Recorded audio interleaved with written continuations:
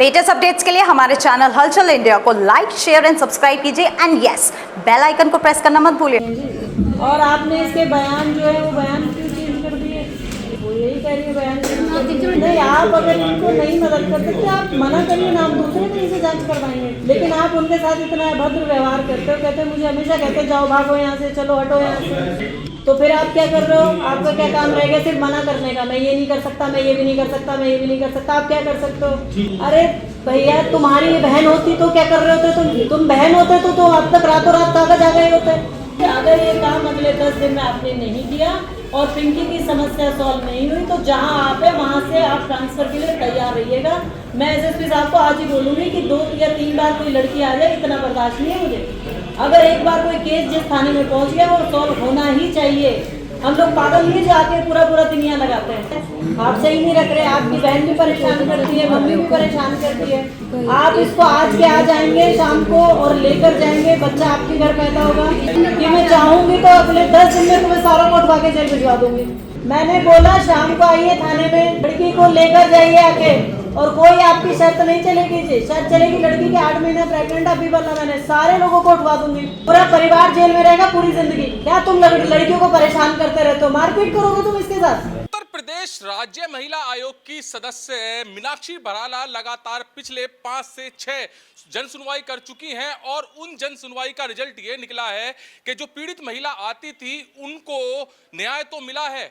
वो न्याय मिला है केवल और केवल मीनाक्षी भराला की वजह से, क्योंकि मीनाक्षी भराला लगातार पीड़ित महिलाओं की जन सुनवाई के दौरान शिकायत सुनती हैं और संबंधित अधिकारी को बिल्कुल सख्त आदेश देती हैं कि ये जो पीड़ित महिला आई है इसके साथ तुरंत न्याय किया जाए, उसकी मदद की जाए। ऐसे ही आज जो जन सुनवाई हापुड़ में सिंचाई विभाग में मीनाक्षी भराला के द्वारा की गई है उसमें भी काफी महिलाएं आई हैं। कुछ महिलाएं तो ऐसी आई हैं क्योंकि जो पिछली जन सुनवाई में आई थी उनको न्याय मिल चुका है और मीनाक्षी भराला का धन्यवाद करने के लिए आई हैं। तो वहीं आज इस जन सुनवाई में एक खास बात देखने को मिली है, कुछ महिलाएं ऐसी भी आई हैं जिन्हें न्याय अभी तक नहीं मिला है, जिनकी मदद अभी तक नहीं हुई है, जबकि मीनाक्षी भराला संबंधित शिकायतों के अधिकारी से बात भी कर चुकी हैं। तो आज मीनाक्षी भराला ने काफी सख्त तरीके से अधिकारियों को डांट लगाई है और डांट लगाने के बाद बिल्कुल साफ चेतावनी दे दी है कि अगर तुम्हारे बस की काम करना नहीं है,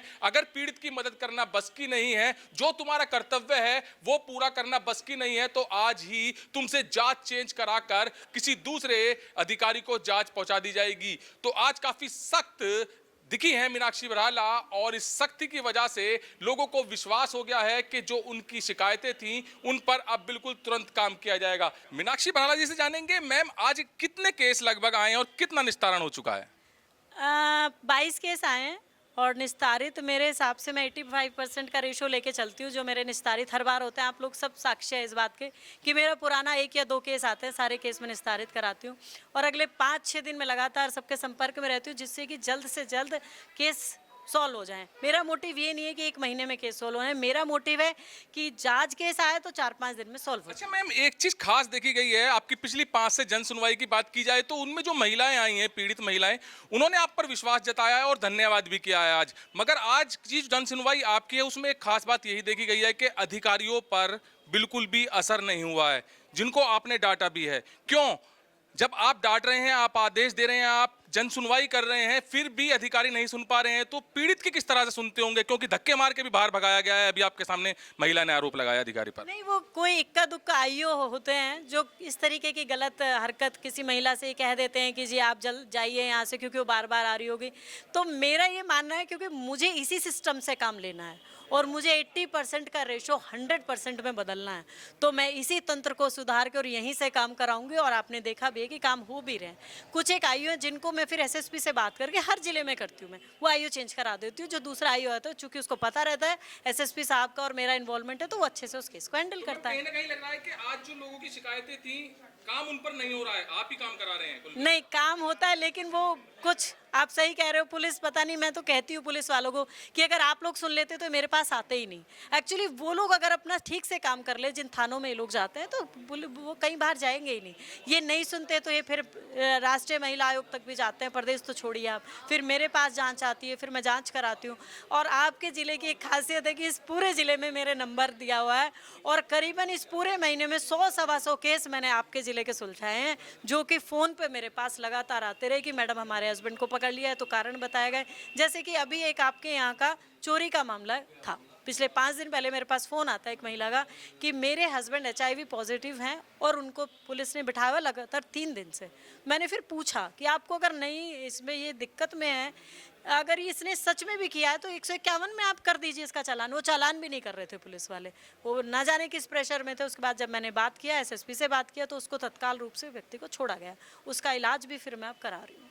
मैम, आपकी कार्यशैली में एक बिल्कुल खास बात ये देखी गई है, जहां पर आप पीड़ित का इंसाफ दिला रहे हैं, उनकी मदद कर रहे हैं, वहीं पर पिछली 3 जन सुनवाई से एक अम्मा और बाबा आ रहे हैं, उनका फिंगरप्रिंट की वजह से आधार नहीं बन पा रहा था, तो उनको आज आपने 12,000 रुपये अपने पास से दिलाए हैं और आश्वासन दिया है कि जब भी आप जन सुनवाई में आएंगे आप उनको ऐसे ही पेमेंट देते रहेंगे जिससे कि वो अपना जीवन यापन कर सकें। नहीं, मैंने नहीं दिए हैं, मेरे यहाँ की एक बहुत अच्छी प्यारी सी अधिकारी है जो हमारे यहाँ की डिस्ट्रिक्ट प्रोविजनल अधिकारी हैं, स्मिता, उन्होंने भी सहयोग किया है।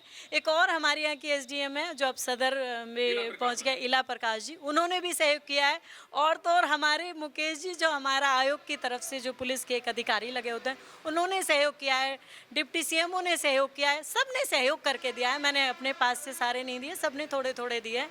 और आगे के लिए मैं बताऊँ, अब उनका मैंने परमानेंट इलाज क्या किया है, मैं यहाँ रहूँ नहीं रहूँ कल को मुझे नहीं पता, तो मैंने किया है कि जो वहाँ का समाज कल्याण विभाग है वो आपस में चंदा करके हर तीसरे महीने उनको पैसे दिया करेगा। अच्छा मैम, उन अधिकारियों के लिए क्या मैसेज है आपका जो पीड़ितों को न्याय या हेल्प नहीं करते हैं और उनको भगा देते हैं, क्या मैसेज है उनके लिए? ऐसा ना करें, ये गलत बात है। उनके भी कोई घर का ऐसा मेंबर हो सकता है जो कभी कहीं न्याय मांगने जाए, तो उनके साथ भी ऐसे मिसबिहेव कोई और अधिकारी कर सकता है। आप अपना व्यवहार सुधारिए, बाकी सबका व्यवहार अपने आप सुधर जाएगा। तो आज इस जन सुनवाई में एक बहुत बड़ी मानवता दिखी है, जहां पर मीनाक्षी भराला के साथ साथ कई जन सुनवाई में अधिकारी मौजूद थे। उन्होंने एक बुजुर्ग अम्मा और बाबा को 12,000 रुपए इकट्ठे करके दिए हैं, और 12,000 रुपए इसलिए इकट्ठे करके दिए हैं क्योंकि उनका आधार कार्ड फिंगरप्रिंट ना होने की वजह से बन नहीं पा रहा था, जिसकी वजह से उनको पेंशन नहीं मिल पा रही थी। तो इस जन सुनवाई में मीनाक्षी भराला की लोग जो आ रहे हैं पीड़ित, उनको न्याय और मदद तो मिल ही रही है, साथ में ऐसे जो आर्थिक तंगी से परेशान हैं लोग, उनकी भी मीनाक्षी भराला लगातार मदद कर रही हैं। कैमरामैन दीपांशु के साथ सुशील शर्मा, हलचल इंडिया।